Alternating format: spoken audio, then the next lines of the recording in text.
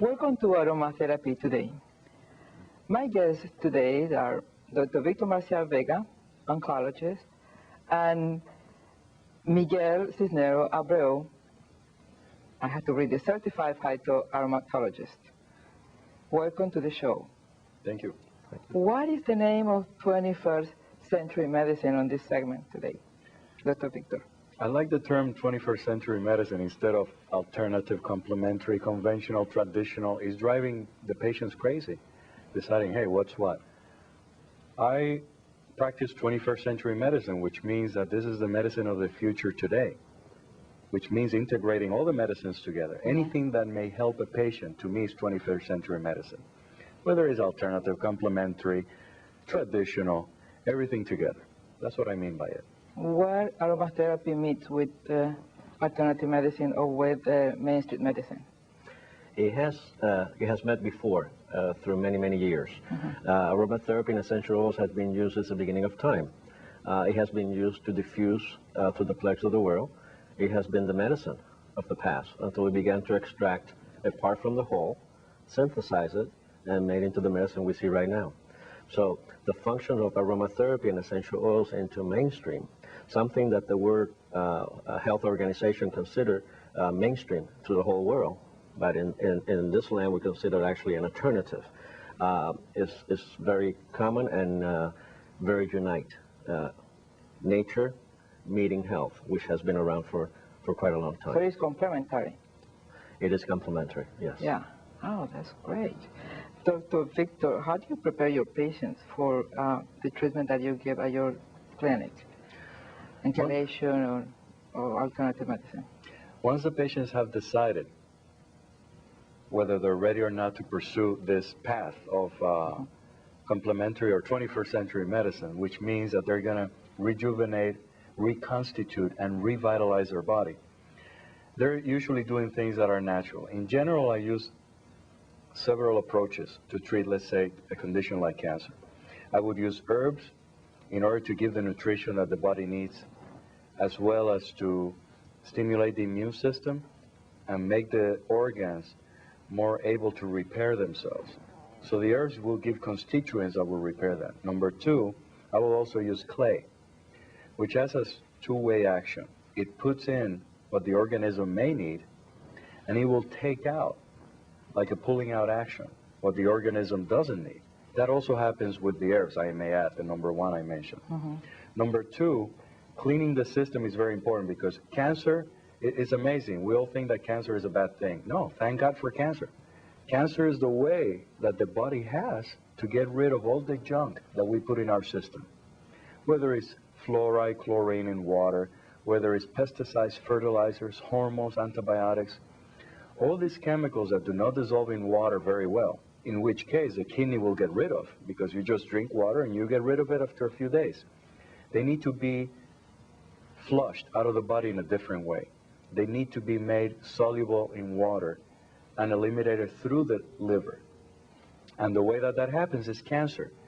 The cancer occurs in every one of us every day. We have thousands of cancer cells in our body every day, getting rid of those chemicals. When our system is overloaded with chemicals, the immune system cannot get rid of the cancer cells.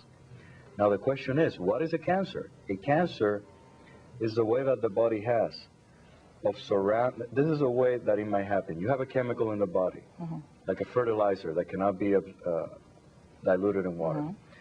Then the cancer will surround this chemical. And as it surrounds the chemical, it eats it up. Then when the cells eat up that chemical, then that chemical goes to the nucleus of the cell, where all the chromosomes are, and it makes a reaction that produces a cancer. Then the cancer cell has some markers on the outside that tell the rest of the body, get rid of me, I'm not supposed to be here. The immune system comes over and releases natural chemicals that make those chemicals more soluble in the water. and it eats up the cancer and the chemicals that go through the bloodstream to the liver. Then the liver can get rid of the chemicals. But when the chemicals are too much in the body, the cancer stays there and keeps growing, trying to tell the body, get rid of me. Hey, pay attention, I'm here. So we know that, and Miguel was talking to me about that a few months ago. He gave me an excellent idea, which was that he told me, I bet that cancers are loaded with chemicals. And I said, that's an excellent idea, and we're devising a diagnostic test at this point to determine what chemicals you have in the cancer. And in other words, instead of taking the cancer and looking at a microscope and your doctor tells you, okay, you have Hodgkin's disease, you have breast cancer, this is how we treat it. No, we're going to find out what chemical is in there. And then we're going to find out what's the best way of getting rid of that chemical in your body, whether it's chelation, whether it's coffee enemas, stimulating the liver to move, brushing, sauna. Always aromatherapy is a way to detoxify those chemicals because essential oils dissolve in oil. They're oil-based, so they take the fertilizer, that kind of chemical, and pulls it out of the body. So it's always a component in the treatments that I use. This is very interesting, Miguel.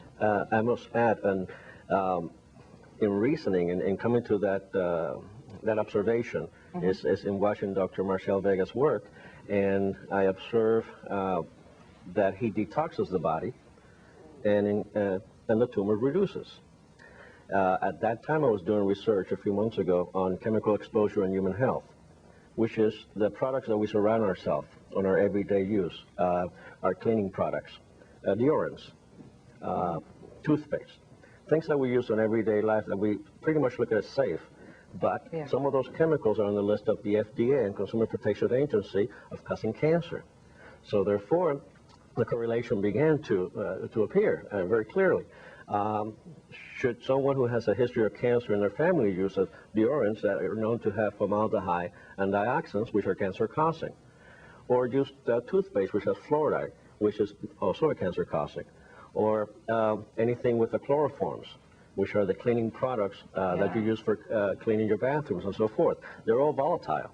So in looking at this and seeing his work that in detoxing tumors are reduced, it was easy to see that observation, and of course he's following it, which is we're awaiting the results of his work. Now what you are saying is almost dangerous to clean your house because all those chemicals. For some people it is. Those who have allergies of asthma could trigger with different chemicals. They know that. There's such a thing as chemical sensitivity, which is surfacing right now with the sick building syndrome and the environment that we live right now. So all those are volatile chemicals, and most of them are cancer-causing chemical. The role of aromatherapy in conjunction with Dr. Marcial-Vega's work is that we're able to replace those products with natural products, which actually doesn't harm, but goes in conjunction with the treatment. And that's very important because we need to clean the environment from the inside out. And Miguel and I are working together to do that with our patients. First of all, if they are not cleaning properly with the kidneys and liver, none of these treatments will work. Even radiation and chemotherapy are less likely to work because our body has a mechanism. We don't understand it yet, but if our pathways of elimination are not normally flowing, if there's something clogging up the liver or the intestine, when that 90% of the population